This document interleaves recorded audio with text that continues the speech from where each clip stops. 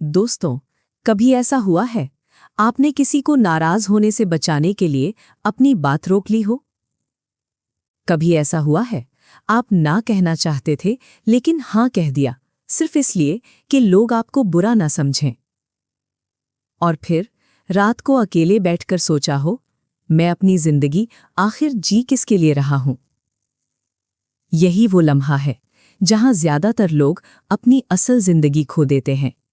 क्योंकि सच ये है, आप सबको खुश नहीं कर सकते, लेकिन सबको खुश करने की कोशिश में आप खुद को जरूर खो देते हैं। और अगर मैं आपको बताऊं, असल आज़ादी क्या है? जब लोग आपको पसंद ना करें और फिर भी आप खुद को पसंद करें। यही है the courage to be disliked. और यकीन माने, इस किताब का तीसरा उसूल आपकी पूरी जिंदगी बदल देगा। ये कोई आम किताब नहीं है, ये मोटिवेशनल कोट्स की किताब नहीं, ये सक्सेस हैबिट्स की किताब नहीं, ये किताब आपके दिमाग की प्रोग्रामिंग बदल देती है। ये 5 रातों की गुफ्तगू है, एक नौजवान जो जिंदगी से थक चुका है और एक फलसफी जो उसे जिंदगी का असल मतलब सिखाता है। और इन्हीं 5 रातों में इंसानी नफ्सियात के सबसे खतरनाक राज सामने आते हैं। ये फलसफा मबनी है एल्फ्रेड एडलर की साइकोलॉजी पर, जो कहती है आपका माजी आपकी किस्मत नहीं है, और यही पहली रात का सबसे बड़ा झटका है। नाइट 1, माजी एक बहाना है। नौजवान कहता है, मैं इनसिक्योर हूं क्योंकि मेरा बचपन खराब था। मैं लोगों से डरता हूं क्योंकि मुझे रिजेक्ट किया गया। मैं कॉन्फिडेंट नहीं हूं क्योंकि मैं फेल हुआ। फलसफी खामोशी से कहता है, there is no such thing as trauma. नौजवान चौंक जाता है, क्या मेरे साथ जो हुआ वो अहम नहीं? फलसफी कहता है, अहम है, लेकिन इससे भी ज्यादा अहम है आपने इस वाक़ये को क्या मतलब दिया। मिसाल के तौर पर 2 बच्चों को डांट पड़ती है। एक बच्चा स्ट्रांग बन जाता है, दूसरा बच्चा इनसिक्योर बन जाता है। वाक़या एक ही था, लेकिन इंटरप्रिटेशन मुख्तलिफ थी। यानी वाक़या नहीं, आपकी इंटरप्रिटेशन आपकी जिंदगी बनाती है। लेकिन इंतजार करें, दूसरी रात ये किताब एक और शॉकिंग हकीकत बताती है। आपकी हर परेशानी दूसरों से जुड़ी है।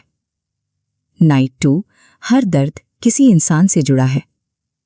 फलसफी कहता है, आपकी एंजाइटी, आपकी जेलसी, आपकी इनसिक्योरिटी, ये सब रिलेशनशिप प्रॉब्लम्स हैं।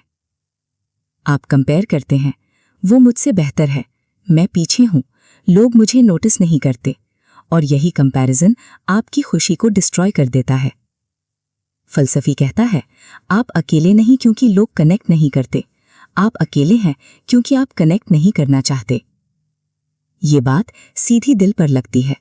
हम रिजेक्शन से डरते हैं और फिर ब्लेम देते हैं दुनिया को।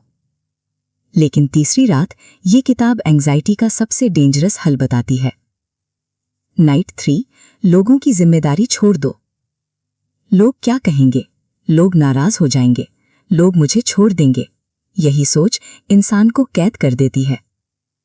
फलसफी कहता है, ये आपका काम ही नहीं। सेपरेशन ऑफ टास्क्स, आपका काम आपके एक्शंस, दूसरों का काम उनका रिएक्शन। अगर कोई नाराज हो जाए, ये उनका काम है। अगर कोई रिजेक्ट करे, ये उनका काम है। आपका काम सिर्फ एक है, अपनी जिंदगी जीना। जितना आप लोगों को खुश करेंगे, उतना आप खुद को खो देंगे। लेकिन जिस दिन आप अप्रूवल छोड़ देंगे, उसी दिन आप आजाद हो जाएंगे। लेकिन चौथी रात आपके ईगो को हिला देगी। नाइट 4, दुनिया आपके बारे में नहीं सोच रही। हम सोचते हैं लोग हमें जज कर रहे हैं, लेकिन हकीकत लोग अपनी जिंदगी में मसरूफ हैं, उन्हें आपसे फर्क ही नहीं पड़ता। ये रियलाइजेशन एंजाइटी खत्म कर देता है। और फिर हैप्पीनेस का राज, हैप्पीनेस इक्वल्स कंट्रीब्यूशन। जब आप दूसरों के लिए कुछ करते हैं, आपको मीनिंग मिलता है, और यही असल खुशी है। नाइट 5, असल जिंदगी अभी है। फलसफी पूछता है, अगर आज आखिरी दिन हो, क्या आप ऐसे ही जिएंगे? नौजवान खामोश, वो माजी में जी रहा था, मुस्तकबिल से डर रहा था। फलसफी कहता है, जिंदगी सिर्फ इस लम्हे में है। Self acceptance, contribution, present moment, ये मीनिंगफुल लाइफ के पिलर्स हैं। तो सवाल ये है क्या आप में हिम्मत है लोग आपको पसंद ना करें और फिर भी आप खुश रहें? क्योंकि अप्रूवल की जरूरत खत्म होना असल आजादी है, और यही है the courage to be dislike.